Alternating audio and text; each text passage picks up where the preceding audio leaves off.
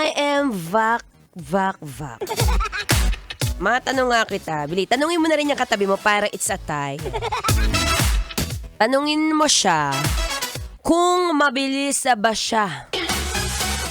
Yung kakasimula nyo pa lang, bigla na agad, tapos na. Ikaw na bahala mag-interpret kung anong sinasabi ko. Pero may kakilala ka bang ganon? Yung tipong sobrang bilis, ang bilis matapos. Yung mga tipong kakakain mo lang, sabay kayong kumain, di ba? Mostly kapag gaganito, lalaki yan eh. Yung kumakain kayo, yan, sarap ng kain mo, sarap ng subo mo. Nalingat ka lang ng konti, may kinuha ka lang dun sa may kitchen. Tapos na agad siya. Di ko mawari kung nagmamadali ba o sadyang ganun lang talaga. Alam mo, as a fast person. Anyway, nagbabalik po ang inyong kadaldalan na daldalerang atleta DJ Marazzoni. At kanina nga nabanggit ko, since isa sa mga pinakakailangan ng isang atleta at bukod sa pagiging atleta, yung mga dancer nga kagaya kahapon na na-witness namin kung gaano kalakas ang kanilang endurance pagdating sa pagsayaw at pagdating sa pag-survive ng 6, 7, 8, 9, 10, 11, 12, 7 hours of dancing and waiting.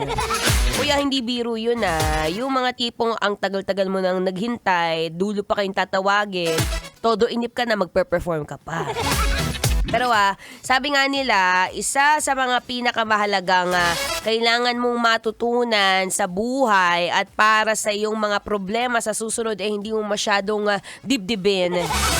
Kailangan meron kang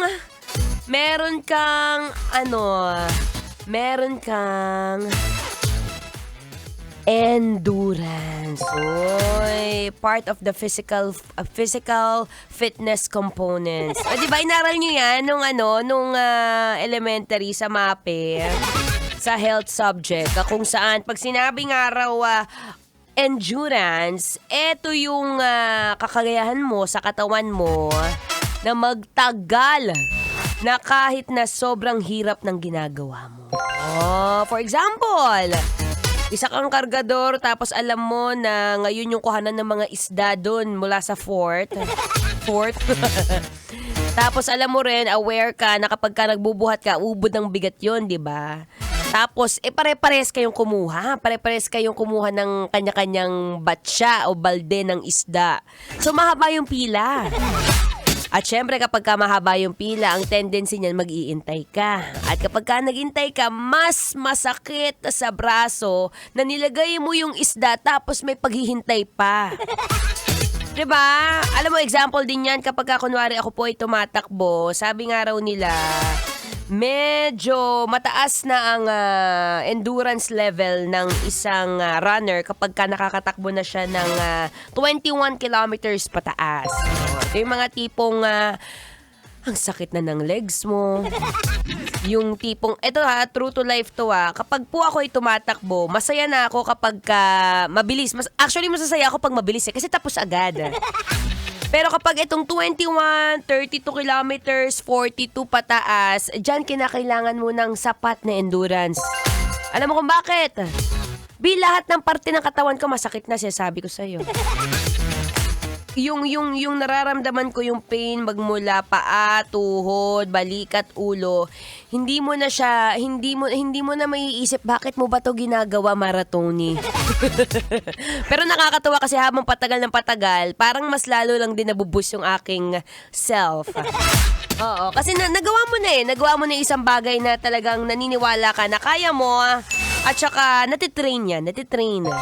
Ang endurance po ay natitrain, hindi porket wala ka ngayon hindi mo na makukuha. All you need is training, Okay, sige, mamaya usapang kalusugan pa rin dito pa rin sa 90.7 Love Radio. Kailangan pa bang i-memorize yan? Basic. Magpalakas ka muna dyan. Go. Metro's #1 Love Radio. Patikimin niyo yan.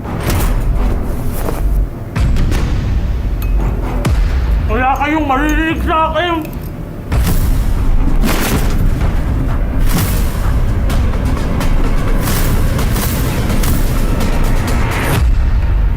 Kakanta ka ba o hindi? Alagang astro